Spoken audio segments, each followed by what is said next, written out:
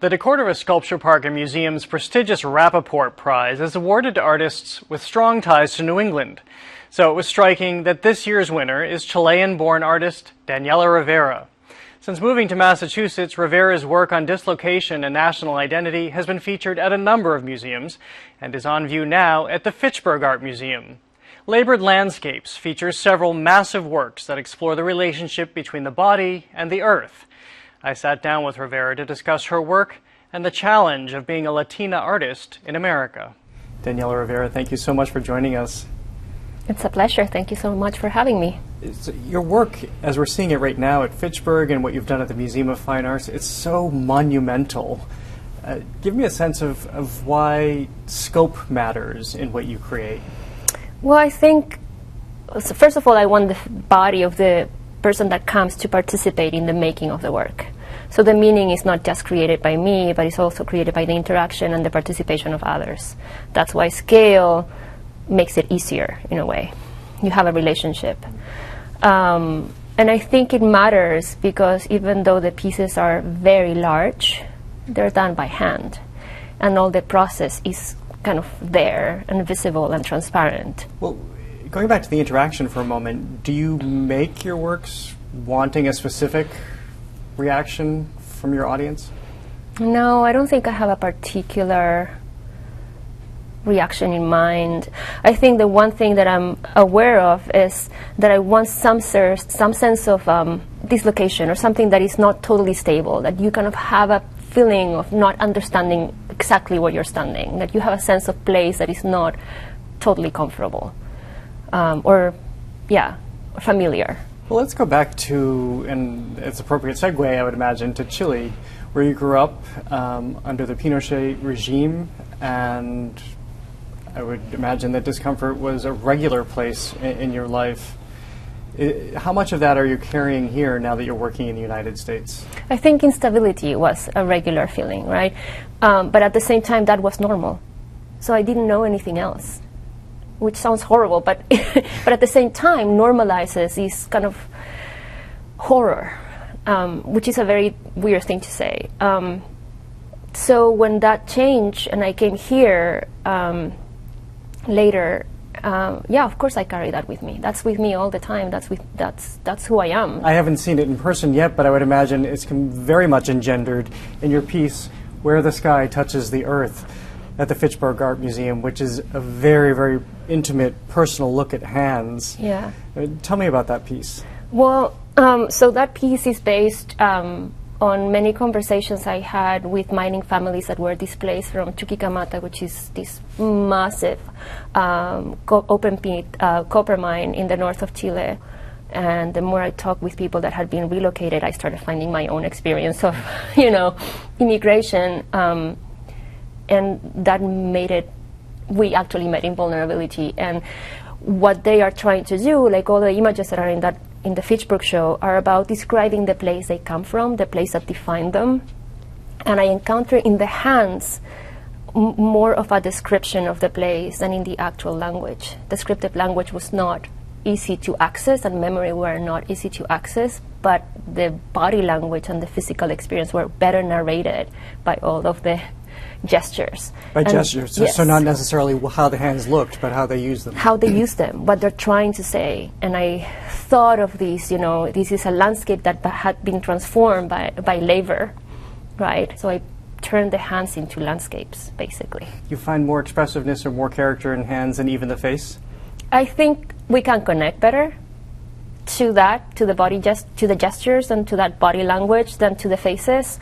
And I think that's also based in my experience moving from Chile to here, because in Chile I painted the body a lot. It was like all figurative and body and fleshy representation, a little bit gore sometimes. And when I moved here, I didn't know what to do. Like my political context, cultural context were completely removed, and all of a sudden I didn't have a sort of home in terms of making work. You didn't feel that you could make the same? Well, I tried.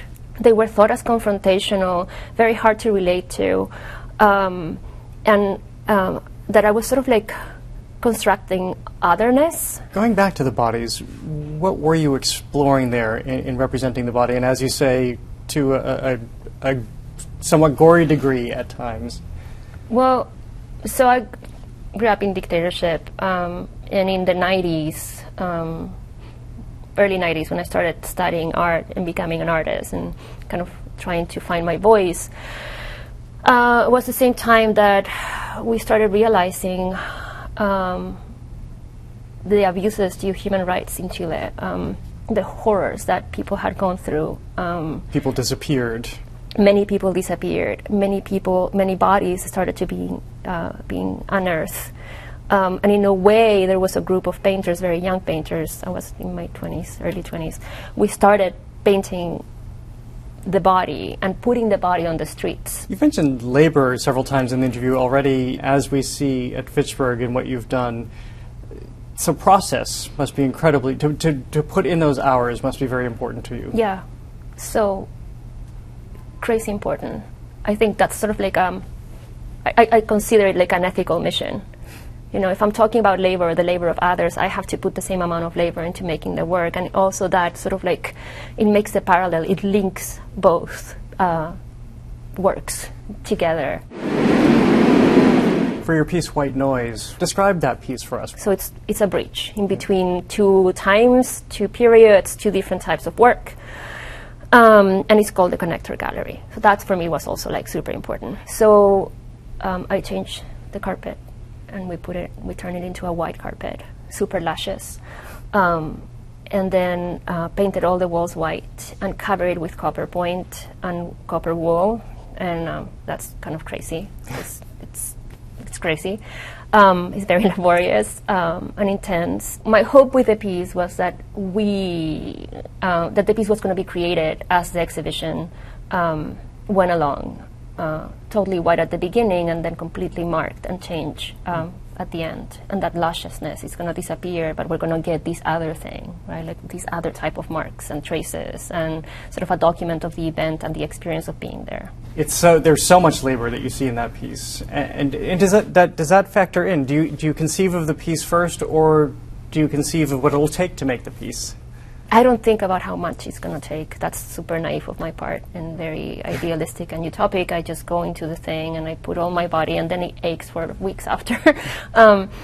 But I knew that piece needed to be labor intensive. And as you just mentioned, you have had aches and pains after creating this piece because of how much you work. You literally suffer for your art. Yeah, I saw that's stupid, right? I don't think so. Not if it's something you're passionate maybe about. Maybe there's some kind of masochism in my head, I don't know. But yeah, I do. But I think also that is transparent in the work. I think it's very visible. It's not mechanical. It's not machine made. That's very romantic of me to say, maybe. But it's super important for me that there's that access from somebody that is coming to see. I know how that was made, but I can still feel the effect, and I can connect to the person that made it. I want to ask something I know is a bit of a political touchstone, but I know it's something that you've also considered, and that is how much you're expected to make work that represents a woman who is a Latina artist. Yeah, I hate that. That's a strong word. I am a Latino artist. I am a woman from Latin America. I am from Chile. That comes with the territory. It's going to come with me. That's the language I spoke first, right?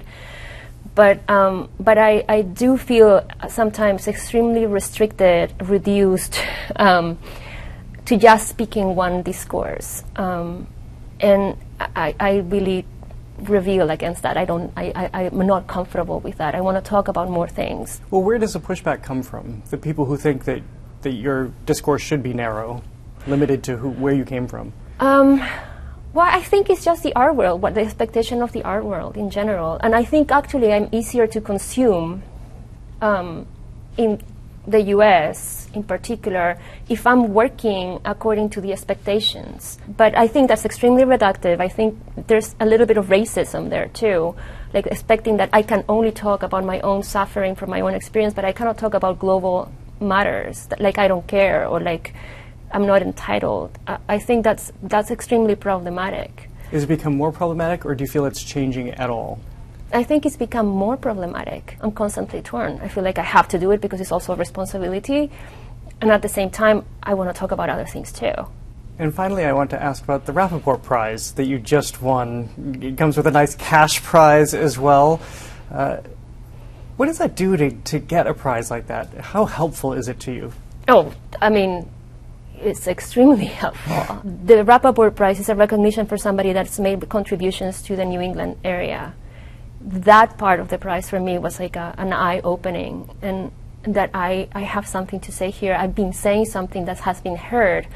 I think that part of the prize, more than the money, was the most important part for me.